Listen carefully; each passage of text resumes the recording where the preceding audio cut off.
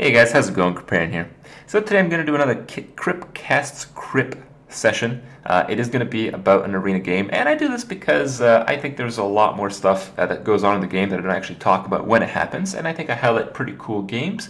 And I think on top of that, there is more going on. I know when the game is going on and I just upload the game itself, it gets a little bit boring, so we're going to cut that out a little bit this time, and it's going to be a little bit, just a little bit more. So the game here, I'm queuing up right now, and I'm playing a druid deck. I'm playing a druid deck with a bunch of swipes. It's a deck that's supposed to be designed to pretty much kill all little crappy creatures in the game, and this is a bit to counter a lot of the just crazy rush decks that I've been encountering today. I had not much luck against people that play around nothing, go for complete face, and end up doing quite well.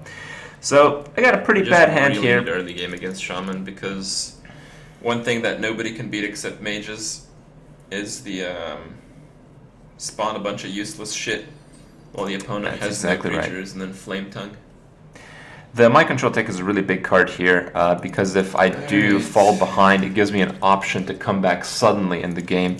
The Wrath is good, the Swipe is good, the Heal, not really the best. You usually want to use your Heal on like a taunt creature or something like that, but still pretty good stuff. Here I go with the Wrath. There's the option of like coining out the Heal, but Shaman's not the kind of class that you can safely play stuff that's out of range. So if it was like a priest, they had a 2/3, coining a 3/3 might be a pretty good idea, but in this case, not so much. Against an Acolyte, you obviously have to play something. So, now I hope we don't get Flame Tongue totemed. Flame Tongue totem was what I was thinking. It's definitely the most common card that would happen here. That would be in the bad realm of things. But Sen'jin is another one. With Sen'jin, I can't really swipe. And here, I come to an interesting point. I can actually use 7 mana and gamble that the Shaman doesn't have a Hex. I don't know about that.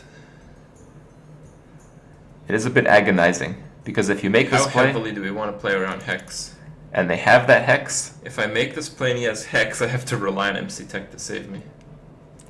And... Okay. That is very sketchy, because some people completely play around MC Tech these days, and others, well, I am streaming when I'm playing the game, so, they have a pretty good idea when there does to be MC Tech. Great with good answers so far.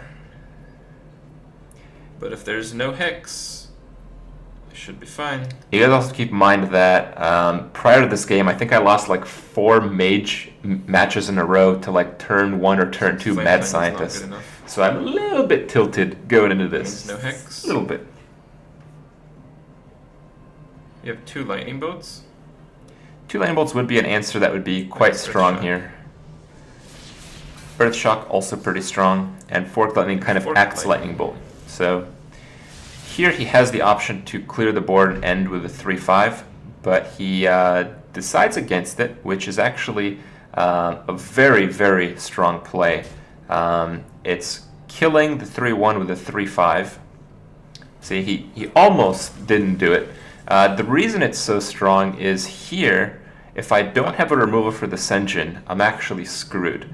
But if I did have even like a Wrath, I could Wrath for 1 hero power and then kill the Acolyte. But as it so happens, whether he knows it or not, it turns out that I actually have to use a swipe to deal 2 damage to the Sen'jin.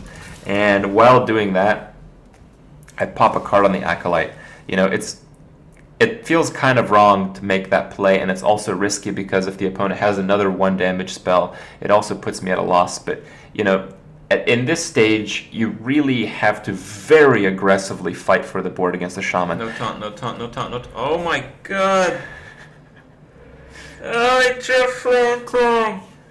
So salty.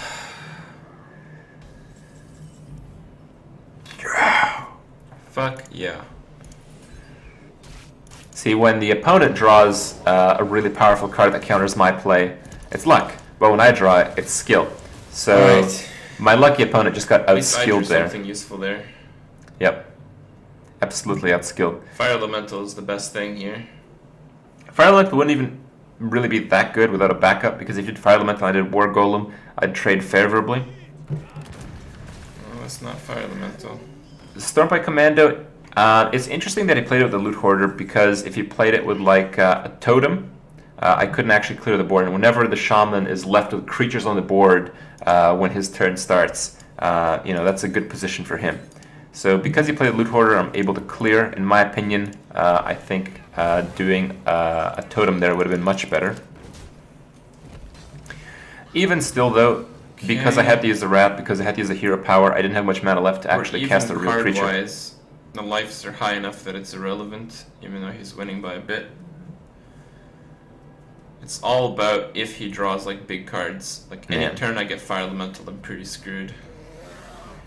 That's a big card. Azure Drake is a big card here because it does push him ahead in terms of card advantage, and my creature doesn't even trade with the Azure Drake. So even though we were even, playing the Azure Drake kind of puts me behind 2 cards, which is a little bit of a problem. At this stage, you just gotta try to fight for the board as well as you can. My 2/3 is basically a goner, so I'm playing the 7/7, hopefully take back the value and only be behind 1 card. Make it hexed.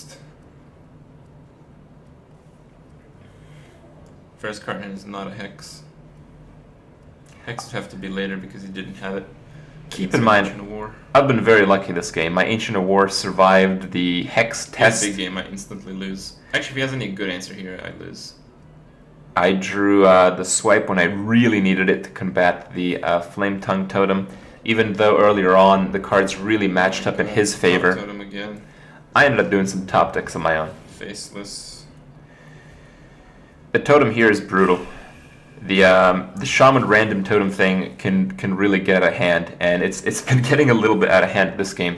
Had he not gotten a Taunt Totem there, I could just trade for the Azure Drake. And whatever totem he has left is fine. But because he got the Taunt Totem, I have to very aggressively fight for the board again because it's the Shaman. This isn't very good. And now he can trade favorably. He can hit the 7/7 into the 4/5. He can attack with the He's just 4/2 like upping me on everything. Into the 4/4. Do you have a lightning storm here? And whatever he plays this turn, he's ahead.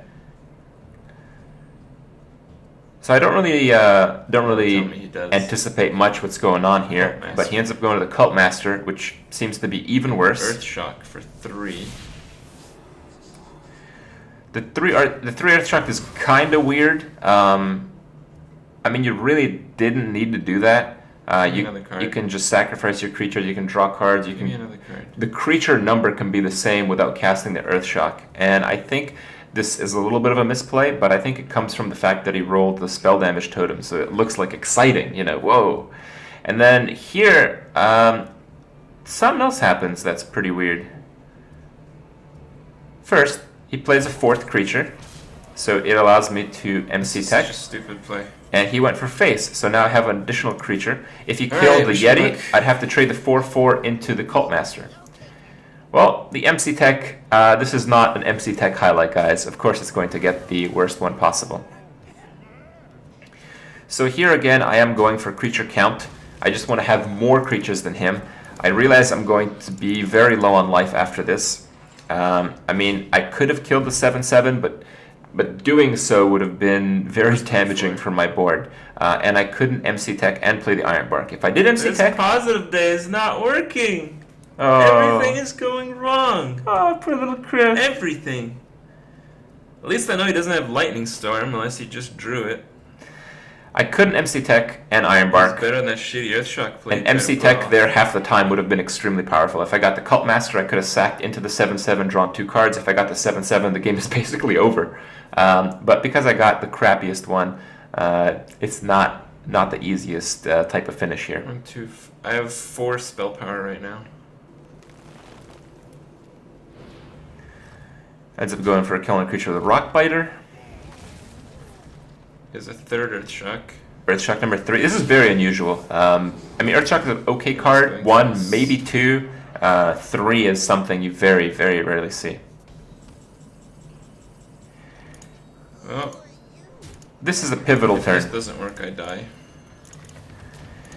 The Ironbark is just out of range, but because he only has one card and because I literally have no other option, I have to try to rely on the Ironbark. If he has one damage, if he has a silence, if he has a hex, if he has literally anything, if the wind blows a little bit too strong in his direction, I am dead. Heal Totem is irrelevant. Farseer. Here he can't choose to attack, but he makes the correct play of not attacking. Still in it. Wrath is a pretty good card here, but you have to keep in mind that I am still very behind.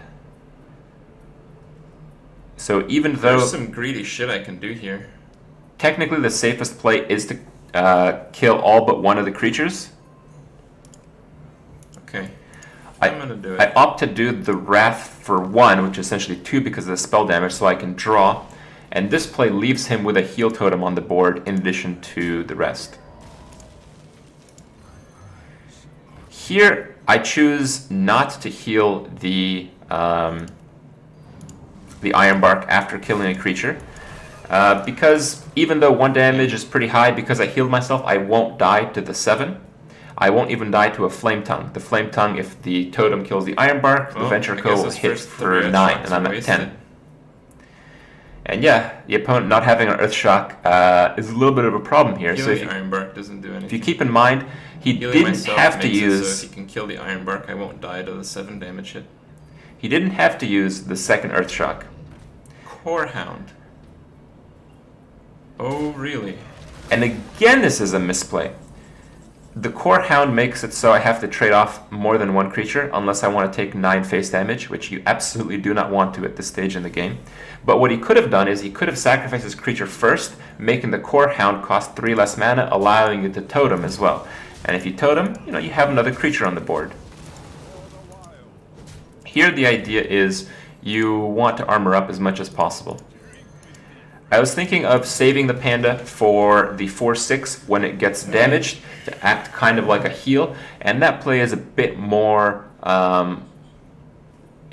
safe in terms of card advantage. Yeah, that's true. But because the Shaman, because he's popping totems every turn, you want to kill the totems every turn. I'm doing that play with the Panda to return the totem, just so I have like a totem slayer on the board. And it does play out in my favor. If I hadn't done that, I would have been further behind. Okay.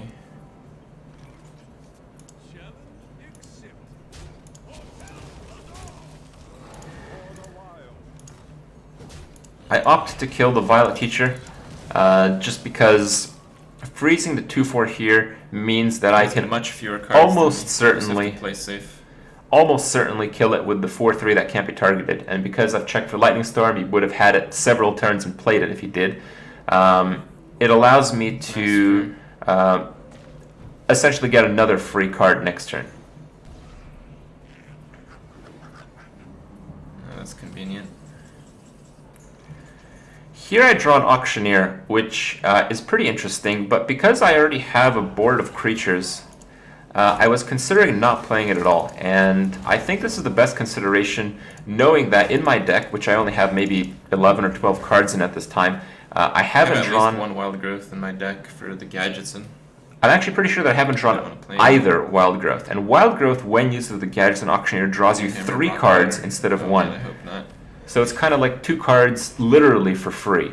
And if you want to consider that, it's kind of like casting Nourish. Nourish draws you 3 cards, but it uses a card. So, very powerful stuff.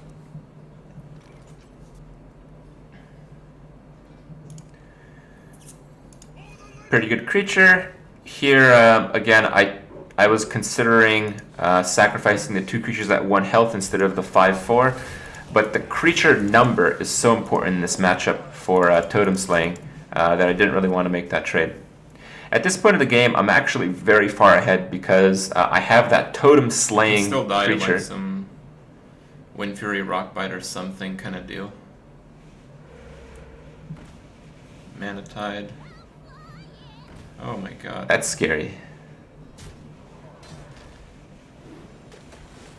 I don't have lethal on the board there, but there's the Wild Growth, and that's why we saved the Auctioneer.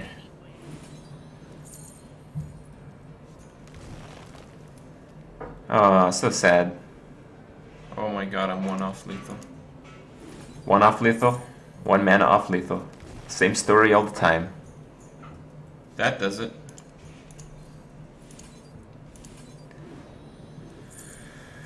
Holy cow. You can see how stressed I was after this game.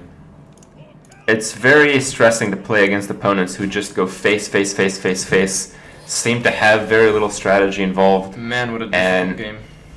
end up winning a lot of the time. Too much, at least, today. So as you guys see, I hope I've demonstrated a game where you guys can understand kind of how you play against a Shaman, especially in a top deck scenario. That's when a Shaman's strengths really pull through. The hero powers that create creatures really shine at that stage in the game. And you kind of have to always be up an additional creature to keep up with them. And to set up that scenario, you have to take extra damage, you have to take risks, you have to do a lot of the stuff that I did in the video. And, well, sometimes you won't get punished by some Wind Fury bullshit that luckily didn't happen this time. Oh well, it was a really good, very close game. Hope you guys enjoy it. Hope you guys enjoy the double Kripp. And I'll see you guys tomorrow.